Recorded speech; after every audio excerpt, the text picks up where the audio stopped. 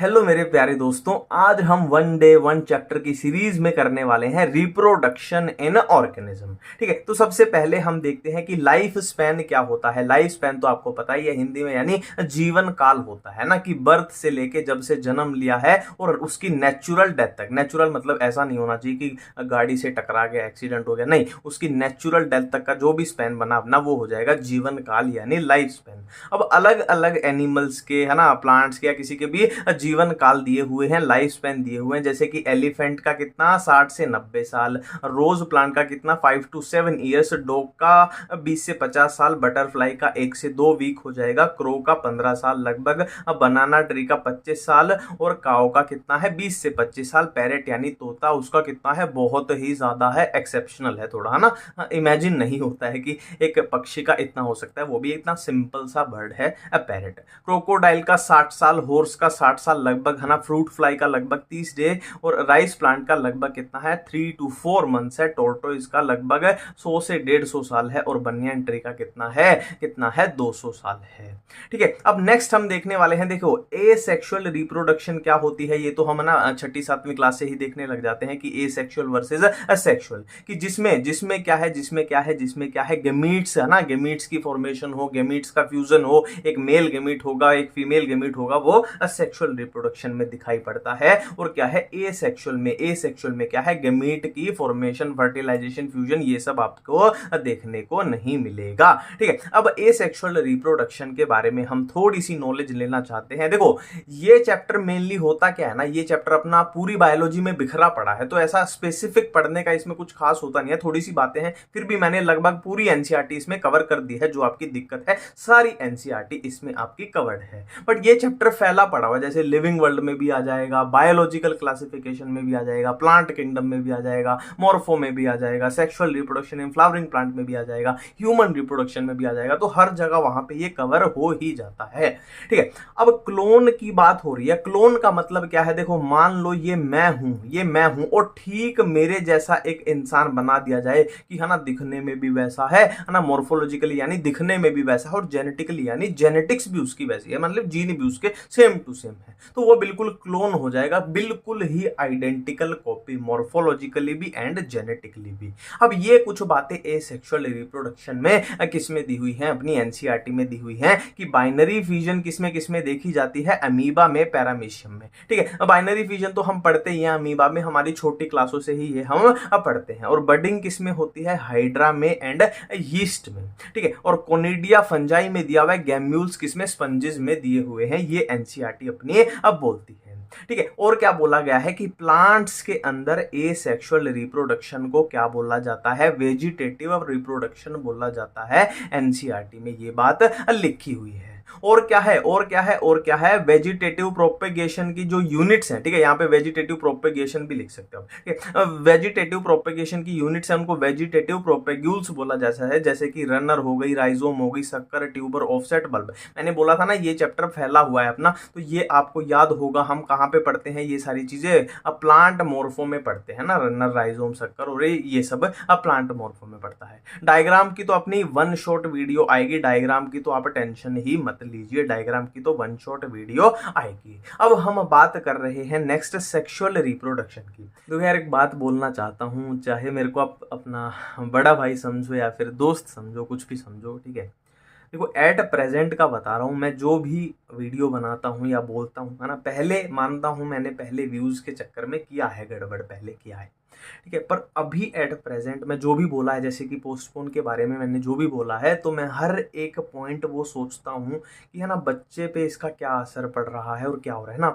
Mental condition मेरे को पता है क्या हो जाती है, पर आप इस बात को समझो, चाहे पोस्टपोन, देखो कुछ बच्चों को लगता है कि ये बंदा पोस्टपोन के खिलाफ है, बट ऐसा नहीं है, मैं पोस्टपोन के खिलाफ बिल्कुल भी नहीं हूँ, मैं भी चाहता हूँ हो जाए, पर होगा क्या ना कि इस चक्कर में ना बच्चे यार टाइम बहुत खराब कर देते हैं। मेरे को बस उस चीज़ से दिक्कत होती है, क्योंकि मेरे साथ ये हुआ है, पोस्टपोन वाला गेम है ना, पढ़ाई से, किताबों से ही दूर कर देता है, कि ऐसी मेंटल स्टेट आ जाती है यार, किताब उठाना ही मुश्किल है, सिलेबस के बारे में सोचना ही एक टास्क लगने लगता है हमको, है ना, ये चीज़ समझो। अब होगा क्या, देखो एक बात तो क्लियर है कि एग्जाम तो होके रहेगा, चाहे 17 जुलाई को हो या फिर उसके 20 दिन बाद हो, 30 दिन बाद हो, पोस्टपोन होता भी है अगर, तो एक बात तो कंफर्म है कि एग्जाम तो होगा। अब एग्जाम अगर होगा ही होगा तो क्यों ना हम पढ़ाई कर लें, है ना। क्योंकि बात यह है, मान लो अभी 20 दिन बचे हुए हैं आपके, मान लो, है ना, या 15 लिख लेता हूं मैं, 15 दिन लिखता हूं, ठीक है, मान लो 15 दिन बचे हुए हैं, ठीक है, और आप 15 दिन पोस्टपोन करा देते हो, तो इस 15 दिन का फायदा और इस 15 दिन का फायदा, टोटल 30 दिन का फायदा उठाने को बोल रहा हूं ना मैं। अगर आप इस 15 दिन के चक्कर में, इस 15 दिन के चक्कर में ये 15 भी उड़ा दोगे तो फायदा क्या हुआ भाई, यही तो मैं बोल रहा हूं, यही मैं बोल रहा हूं, ठीक है। और पोस्टपोन नहीं हुआ तो आपके 15 थे, 15 के 15 आपके उड़ चुके हैं, तो अल्टीमेटली आप 0 पे आ जाओगे। तो ये मेरी फीलिंग्स बोलती हैं एक बच्चे के लिए, है ना। अब वही है, कुछ बच्चों को बस ये है कि बस ये इंसान बोले पोस्टपोन होगा और उसके लिए मैं आंदोलन करूंगा, अगर इसके अलावा मैंने कुछ भी बोला तो हम इसको उल्टा सीधा बोलेंगे। तो ये है बस, है ना, ये होता है ना। ऐसा नहीं है कि आप ही कर रहे हो, मैंने भी किया है, मैंने भी किया है ये, बट आपको सच्चाई को थोड़ा समझना पड़ेगा और खुद के साथ ईमानदार होना पड़ेगा, ठीक है। तो अब बात करते हैं यार टॉपिक की, सेक्सुअल रिप्रोडक्शन की बात कर रहे हैं। देखो सेक्सुअल रिप्रोडक्शन में वही है, मान लो ये बच्चा है, अब ये बच्चा कुछ एक ऐसी स्टेज, है ना, एक उम्र तक आएगा कि जब ये रिप्रोडक्शन कर सकता है, तो वही बात यहाँ पे बोली गई है जुवेनाइल फेज में, ठीक है, कि सर्टेन स्टेज, है ना, एक स्टेज तक पहुंचेगा जहां पे वो, है ना, सेक्सुअली रिप्रोड्यूस कर सकता है, उससे पहले नहीं कर सकता, ठीक है। और इसको क्या बोल देंगे, वेजिटेटिव फेज क्यों बोल देंगे, क्योंकि इस फेज तक मान लो यहाँ पे आके, है ना, यहाँ से वो बच्चा पैदा हुआ था और यहाँ पे आके उसने रिप्रोडक्शन स्टार्ट की, मतलब इस फेज में तो वो रिप्रोडक्शन नहीं कर सकता है, नहीं कर सकता है, तो उसको बोल देंगे वेजिटेटिव। वेजिटेटिव मतलब जहाँ सेक्सुअली रिप्रोड्यूस वो नहीं कर सकता है, ठीक है। अब देखो एनसीईआरटी में कुछ बातें लिखी हुई हैं, जैसे बैम्बू प्लांट है, यानी, है ना, अपना बांस का पेड़ पौधा कुछ भी बोल लो,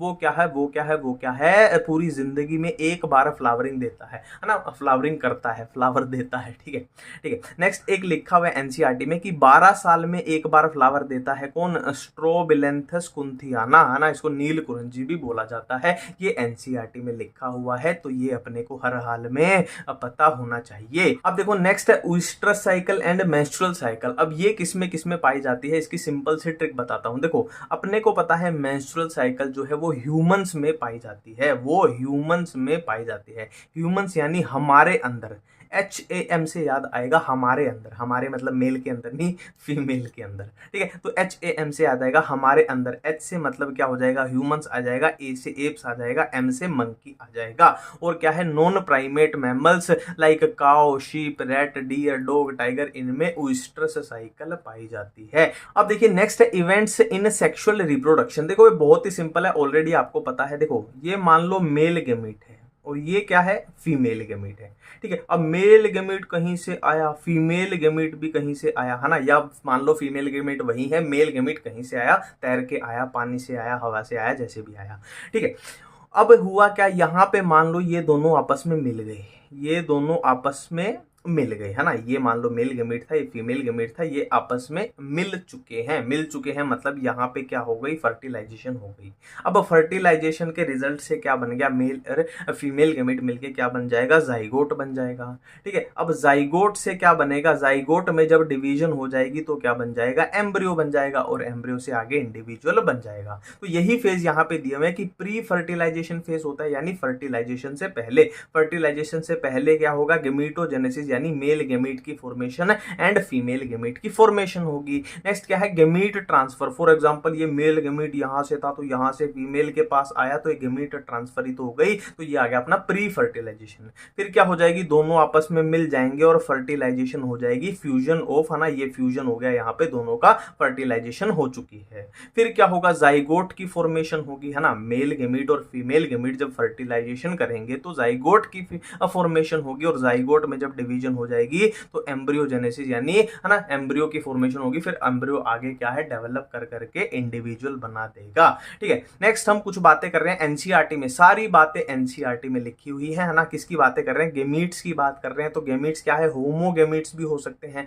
होमो का मतलब क्या होता है, सेम होता है, और हेटेरो का मतलब क्या होता है, डिफरेंट होता है। सेम यानी अगर male and female gamete similar हो अपीयरेंस में, मतलब दिखने में एक जैसे हो, तो क्या है होमोगेमीट यानी सेम, है ना, सेम नाम से ही पता लग रहा है, ये कुछ एल्गी में पाए जाते हैं। हेट्रो यानी मोस्टली यही पाए जाएंगे कि मेल और फीमेल गेमीट क्या है, मॉर्फोलॉजिकली डिफरेंट हैं, मॉर्फोलॉजिकली डिफरेंट है। अब किसमें कैसे कैसे होते हैं ये तो हम पढ़ते ही हैं, ये तो हम अब पढ़ते ही हैं, है ना, एल्गी में कैसे होते हैं, प्लांट्स में, ब्रायोफाइट में, टेरिडोफाइट में, ह्यूमंस में कैसे होते हैं, वो सब तो अब पढ़ते ही हैं।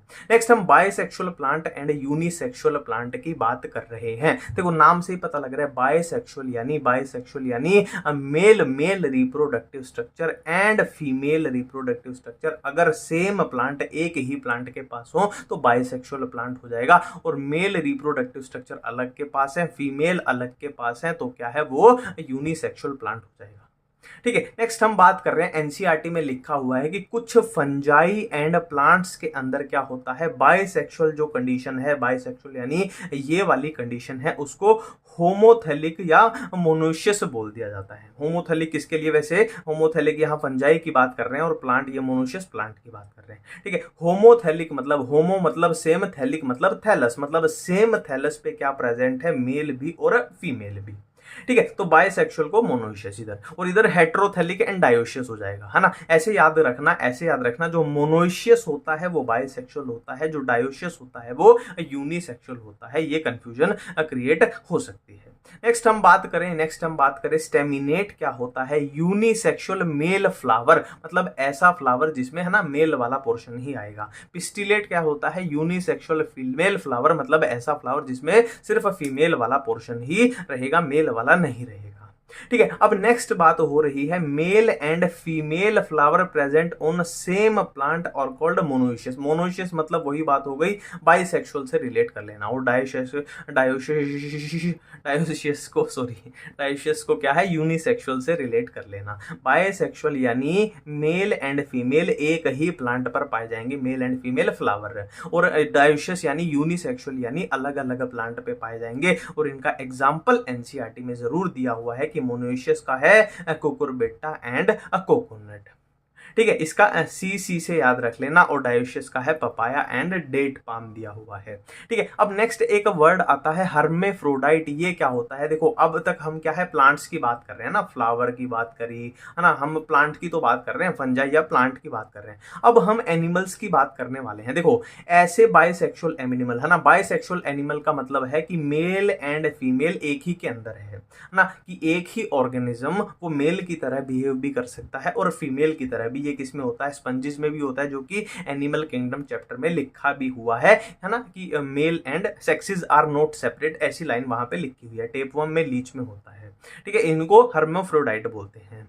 और क्या है यहाँ पे एक मियोसाइट्स की बात की गई है। देखो हम बारी बारी से पढ़ते हैं ना, बारी बारी पढ़ते हैं, बहुत सारे चैप्टरों में आता है कि megaspore mother cell, microspore mother cell, इस तरीके से आता है ना, megaspore mother cell, microspore mother cell, मतलब कुल मिला के है हम मदर सेल की बात करते हैं। और हम भी ये भी बात करते हैं कि मदर सेल के अंदर क्या होती है, मियोसिस होती है ना। जैसे कि स्पोर मदर सेल है, मान लो स्पोर, अरे यार एसपी क्यों लिख रहा हूं मैं, स्पोर मदर सेल है, इसके अंदर मियोसिस होगी तो जाहिर सी बात है ये डिप्लॉइड है, मियोसिस होगी तो स्पोर मदर सेल है, तो ये स्पोर बना देगी, है ना, और क्या बना देगी, हैप्लॉइड स्पोर ये अब बना देगी। तो यही है यहाँ पे मदर सेल की बात की गई है। नेक्स्ट बात की गई है मीडियम ऑफ गेमीट ट्रांसफर। मैंने बोला था ना कि गेमीट जो है पानी में तैर के आएगा, हवा में तैर के आएगा, तो वही बातें लिखी हुई है कि पानी में तैर के किसका आता है, जाहिर सी बात है जो प्लांट्स पानी में होंगे, जैसे कि एल्गी पानी में होती है, ब्रायोफाइट पानी में होती है, टेरिडोफाइट भी बहुत सारे पानी में होते हैं, तो इनके गेमीट क्या है, पानी में तैर के आएंगे। और इनके बारे में एक और बात बता दूं, ये जो 3 प्लांट है ना, इनको फर्टिलाइजेशन के लिए पानी चाहिए ही चाहिए, और वो बात यहाँ पे प्रूव भी हो रही है कि पानी चाहिए। और जिम्नो या एनजीओ है, उनमें तो हम क्या है, पोलिनेशन पढ़ते हैं कि पोलन ग्रेन होते हैं ना। अब पोलन ग्रेन हम पढ़ते हैं ना कि जूफिली, एनीमोफिली, मतलब हवा के थ्रू भी आ सकते हैं, या फिर है ना इंसेक्ट के थ्रू भी, मधुमक्खी के थ्रू भी, और वो सब हम देखते हैं। ठीक है, नेक्स्ट बात की गई है कि in majority of organism male gamete कैसे होते हैं, मोटाइल होते हैं, और फीमेल गेमीट स्टेशनरी होते हैं। ठीक है, ये रूल तो है ना चलता ही है कि मेल गेमीट जो है वो, है ना, मैंने वहां पे बताया था कि फीमेल गेमीट साइज में बड़ा होता है, एक जगह बैठा रहेगा, मेल गेमीट का साइज छोटा होता है ना। ये स्पर्म से भी आप लॉजिक लगा सकते हो, जो फीमेल का एग है मान लो यहाँ पे है, और स्पर्म जो है उसके पास टेल है, और वो मूवमेंट करके है ना फीमेल तक पहुंचता है, तो वही बात लिखी है। इसकी कुछ एक्सेप्शन रिप्रोडक्शन भी है, जैसे कि कुछ फंजाई या फिर एल्गी हैं जिसमें क्या है दोनों ही गमीट कैसे होते हैं, मोटाइल होते हैं, मेल भी और फीमेल भी। इसका लॉजिक ये है सिंपल सा, देखो जो ये है ना कि मेल गमीट जो है मोटाइल है, फीमेल स्टेशनरी है, ये एक एडवांस करेक्टर है, एक एडवांस करेक्टर है। तो एडवांस करेक्टर है तो ये लोअर ऑर्गेनिज्म में नहीं पाया जाएगा, जैसे कि एल्गी है लोअर प्लांट है, फंजाई भी लोअर ऑर्गेनिज्म है, तो उनमें नहीं पाया जाएगा। ये एडवांस है, ये हायर एनिमल्स, हायर प्लांट और उनमें ये आ चुका है।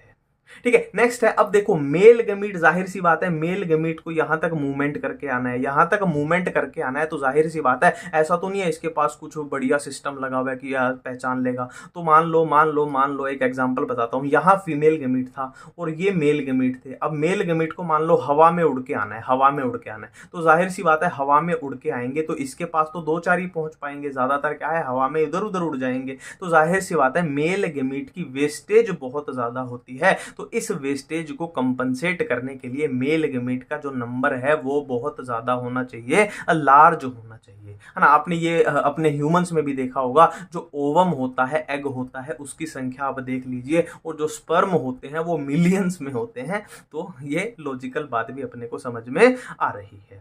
ठीक है, नेक्स्ट हम फर्टिलाइजेशन की बात कर रहे हैं कि फर्टिलाइजेशन मोस्ट वाइटल इवेंट होता है सेक्सुअल रिप्रोडक्शन का। ये क्वेश्चन डायरेक्ट पूछा भी जा सकता है। मोस्ट वाइटल इवेंट तो जाहिर सी बात है मेल गमीट और फीमेल गमीट का फ्यूजन हो रहा है ना, सिनगेमी हो रही है, तो मोस्ट वाइटल इवेंट तो बनता ही है। अब बात हो रही है एक्सटर्नल फर्टिलाइजेशन की एंड इंटरनल की। देखो क्या है एक्सटर्नल फर्टिलाइजेशन क्या होती है, जब बॉडी से बाहर, एक्सटर्नल यानी बॉडी से बाहर फर्टिलाइजेशन हो। बॉडी से बाहर कैसे, जैसे कि पानी में हो गई, है ना, कि मेल गमीट और फीमेल गमीट आपस में पानी में ही मिल गए। इंटरनल यानी बॉडी के अंदर होती है, जैसे ह्यूमंस में ही देख लो आप, है ना, फर्टिलाइजेशन फीमेल बॉडी के अंदर होती है और वो सब। ठीक है, नेक्स्ट हम बात कर रहे हैं कि ऐसे ऑर्गेनिज्म जिनमें एक्सटर्नल फर्टिलाइजेशन पाई जाती है, उनमें जाइगोट क्या है ना, बॉडी के बाहर बनता है। जाहिर सी बात है अगर फर्टिलाइजेशन ही एक्सटर्नल है, मतलब बॉडी से बाहर हो रही है, मतलब मेल गमीट और फीमेल गमीट बॉडी से बाहर मिल रहे हैं, तो बाहर मिलेंगे तो जाइगोट भी तो बॉडी से बाहर बनेगा और यहां जाइगोट बॉडी के अंदर बनेगा, है ना, सिंपल सी बात है। अगर मेल गमीट और फीमेल गमीट पानी में मिल रहे हैं तो इनके मिलते ही जो स्ट्रक्चर पहली बनेगी वो जाइगोट ही तो बनेगा, वो पानी से बाहर ही बनेगा, इसमें कुछ याद करने वाला नहीं। नेक्स्ट वही है ओवीपेरस एनिमल्स कौन से होते हैं, जो अंडा देते हैं, और विवीपेरस जो बच्चे को जन्म देते हैं। जैसे कि अपने बर्ड्स हैं, पक्षी हैं, तो वो अंडा देते हैं यानी ओवीपेरस। ओ ऐसे याद कर लेना, अंडे की स्ट्रक्चर कैसी होती है, ऐसी तो होती है गोल गोल सी, तो ओवीपेरस। विवीपेरस जैसे कि ह्यूमंस की बात कर ली जाए, वो बच्चे को जन्म देते हैं। ठीक है, अब ये क्रोमोसोम की ये टेबल दी हुई है एनसीईआरटी में, इसको आप थोड़ा सा ध्यान रख लेना। है कुछ नहीं, ये अपना 2n है, ये n है ना, 2 से मल्टीप्लाई कर दो या 2 से डिवाइड कर दो और खेलते रहो आपस में। कुछ इसमें से इंपॉर्टेंट बता देता हूं जो आपको हर हाल में याद होने चाहिए, जैसे कि ह्यूमन बींग का हर हाल में होना चाहिए, हाउस फ्लाई का होना चाहिए, फ्रूट फ्लाई का होना चाहिए, ये वाला आपको याद होना चाहिए, राइस का, मेज का, और क्या है यहाँ पे बटरफ्लाई का आपको याद होना चाहिए। ये तो हर हाल में आपको याद होने चाहिए। ठीक है, तो ये चैप्टर अपना यहीं पे समाप्त होता है। ठीक है, फिर से वही बात है, इस चैप्टर की बहुत सारी चीजें बिखरी पड़ी हैं, पर फिर भी एनसीईआरटी से जो निकल सकता था इस चैप्टर के लायक वो मैंने करा दिया है आपको। थैंक यू, धन्यवाद, टाटा।